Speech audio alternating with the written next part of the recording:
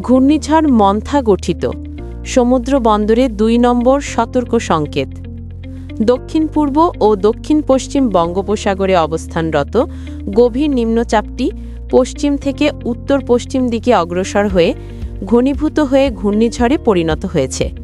ঘূর্ণিঝড়টির নাম দেওয়া হয়েছে মন্থা। সোমবার ২৭ অক্টোবর সকালে আবহাওয়া অধিদপ্তরের জরুরি বিজ্ঞপ্তিতে এই তথ্য জানানো হয়েছে। চট্টগ্রাম, কক্সবাজার, মোংলা ও পায়রা সমুদ্র বন্দরকে ২ নম্বর দূরবর্তী হুঁশিয়ারি সংকেত দেখাতে বলা হয়েছে।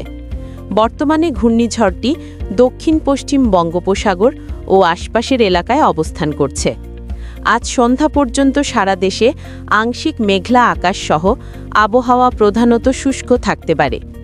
দিন ও রাতের তাপমাত্রা প্রায় অপরিবর্তিত থাকবে বলে জানিয়েছে আবহাওয়া অফিস।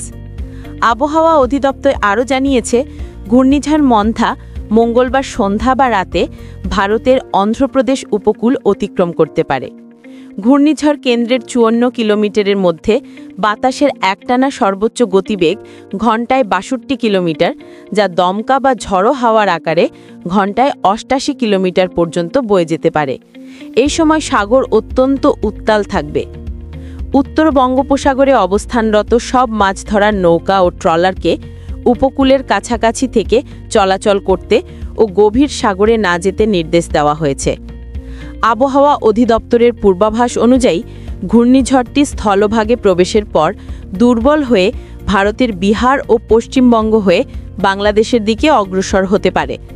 এর প্রভাবে আগামী বুধবার থেকে দেশের বিভিন্ন স্থানে বৃষ্টি শুরু হতে পারে।